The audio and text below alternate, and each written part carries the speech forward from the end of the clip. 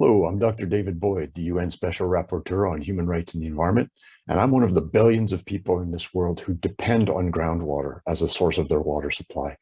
My family relies on a well, and frankly, we worry because we don't know how much water is at the bottom of the well. There are no limits on what local businesses can extract, and some of our neighbors have already experienced saltwater contamination of their wells, while other neighbors' wells have run dry. So groundwater is really like this hidden treasure that's providing safe drinking water for billions of people around the world. And yet the state of our knowledge about groundwater is incredibly limited.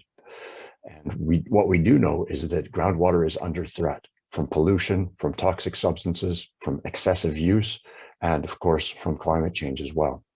So on World Water Day 2022, I think it's really important to give some thought to how can we do a better job of protecting the right to water, the right to a healthy environment, by taking better care of groundwater. And a rights-based approach to managing groundwater can really be a catalyst for positive changes. It would enable us to focus on the importance of increasing our knowledge and understanding of groundwater. It would ensure the full and inclusive participation of everyone who depends on groundwater. It would require monitoring of groundwater, both in terms of water quality and water quantity. It would require limits on the extraction and use of groundwater. And most importantly, in decisions about the allocation of water, priority would be given to human rights and fulfilling human rights, including the right to water, the right to food, and the right to a healthy environment. So I encourage everyone this year to think about this precious hidden treasure of groundwater so that we can take better care of it. Thank you and happy World Water Day. Okay, hello and welcome to this World Water Day discussion on groundwater and human rights. In order to bring attention to the importance of this matter, we're having a short discussion with experts on groundwater and human rights to water and the environment. In case you don't know me already, I'm Amanda Loeffen and CEO of Human Right to Water, an NGO that works on this essential right. I'm meeting today with Jenny Gronwall from SIWI, who is known for her expertise on groundwater, especially, but also as a SIWI focal point on the human rights-based approach.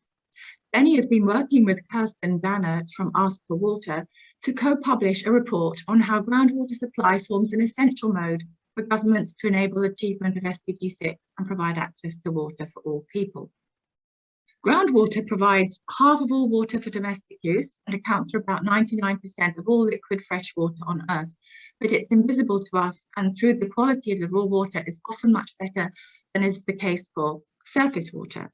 We need to better understand the need to protect it from pollution and over-extraction in order to safeguard the health of humankind and ecosystems in the long run. My first question to Jenny is whether you think that groundwater management is possibly our biggest and hidden problem with long-term health and sustainability of water resources. Thank you, Amanda. Groundwater is very different from surface water in several respects, but one thing to remember is that it's often accessed by households and communities themselves through so-called self-supply or self-provision. And these households and communities, they use their own investments in digging wells or in drilling to reach the groundwater that is invisible under their feet.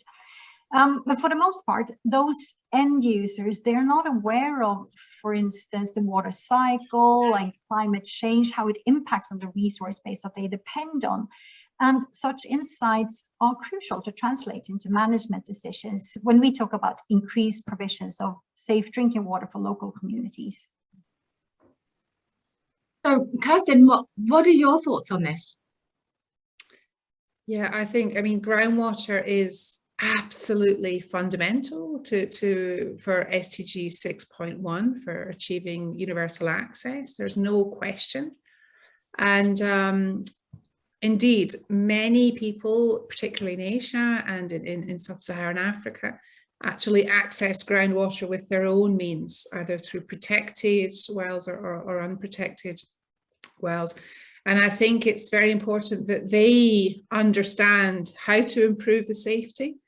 And also that the service providers, the drillers, for example, really have good technical knowledge to be able to do a good job, to be able to ensure that there's a sanitary seal, for example, so that you don't have infiltration into the aquifer. So I think I believe there's a real need to raise what I call groundwater consciousness, understanding of the resource, and understanding on how to develop it properly and protect it. Yeah, it sounds like there's a need for education about it, actually, as a first point. And I think in terms of the process of how we're going to change matters, Jenny, I know that you have some thoughts on building in the human rights-based approach. Do you want to share that with us? Indeed, I think what Kirsten mentioned about raising understanding, building capacity among the end users of groundwater, it also actually applies to the state, because the human rights-based approach, which is a concept and a methodology to ensure that we further the realization of the human rights. And here we're talking about, of course, the rights to safe drinking water and sanitation, but we're also talking about this, you can call it a new human right to a healthy environment, where you're looking upstreams at a water resource, and you're looking at the groundwater, you're looking at the aquifer where the water sits in, and so on. And here we see that the state has a fundamental role, because the human rights-based approach talks about the state as a duty bearer with obligations in relation to rights holders, which are all of us. And so in terms of raised understanding at state level, of course, the state's role here can be seen as also raising awareness in relation to groundwater users on, for instance, point source protection to ensure that the groundwater is not polluted, contaminated, on aquifer recharge that Kirsten mentioned, and for just water resources management more broadly. So all decisions really that relates to water resources in general, allocation of water resources, and specifically then when it comes to groundwater.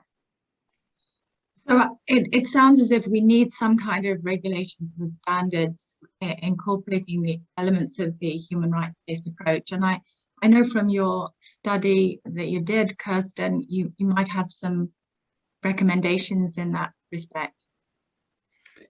Yeah, regulation standards are a really good question. I mean, it's extremely important that construction standards are maintained.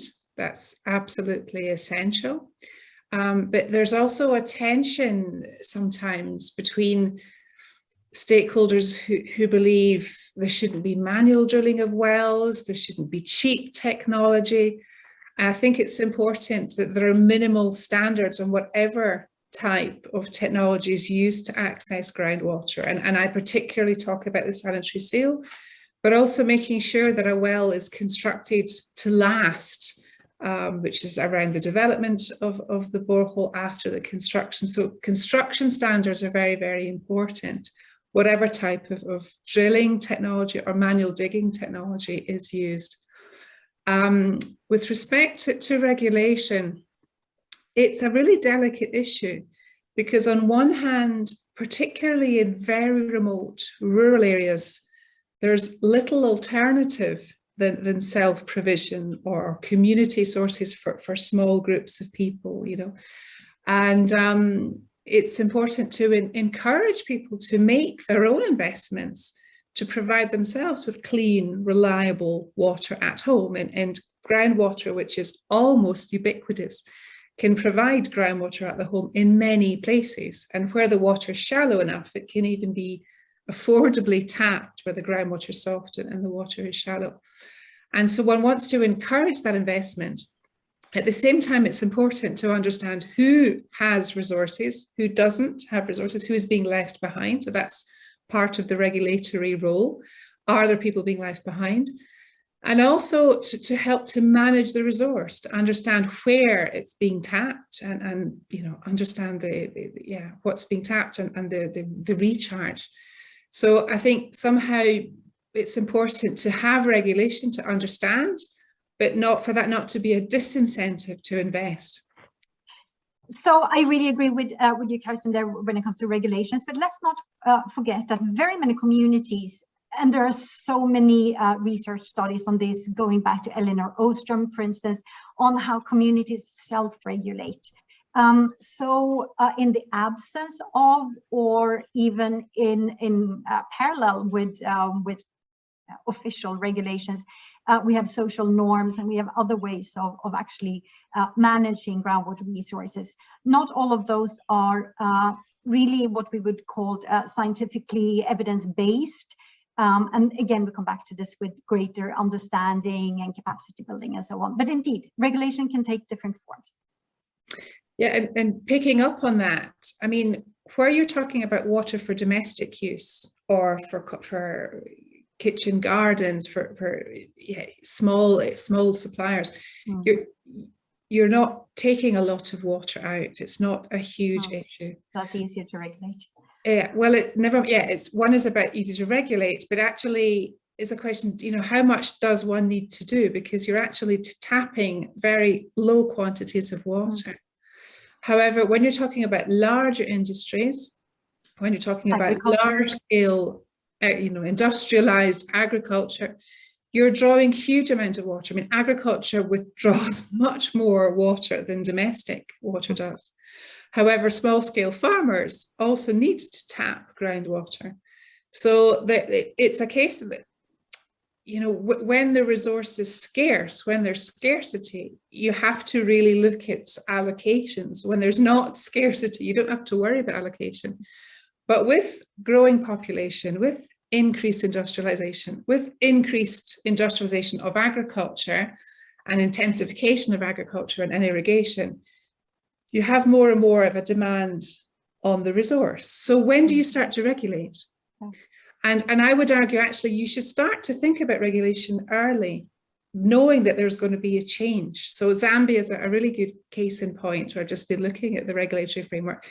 On standing back, you think, actually, it doesn't need to regulate, it has plenty. But the country is changing, population is growing dramatically. So population is growing rapidly. So getting regulations in place early, getting that culture is really important, looking at the long term, because if it's not done, it can then be too late and lead to conflict. So start to regulate early, start to get the pieces in place so that water can be well allocated going forward. Don't leave it too late, is what I would say, because regulation takes a lot of time, you know. And if I can summarize at this point, because I think you make some really good meaty points here, that bringing the human rights to the table again, there's two aspects to the human rights, isn't there? There's the actual access part of it, which is what we're talking about here in terms of making access available to people in farming communities and who don't have access to a regulated supply, but need the groundwater for actual drinking water. There's the regulation around the management of allocations for industrial, agricultural and private use. But then there's also the human rights-based approach, which I think is part of the solution here in terms of the standards and regulations that we need to introduce, because that participation of the community and inclusivity, and then the data transparency, which you talked about earlier, in terms of making that information available to make sure that it's allocated correctly. That accountability of the local authority to make sure that's happening can be represented in terms of regulation and standards at an early stage. And it's not a quick fix solution. I really appreciate the time we've had today. Thank you so much. We've just opened a kettle of worms here for discussion, but let's pick it up again on another day. Thank you very much. And on this World Water Day, I'd like to thank everybody for listening.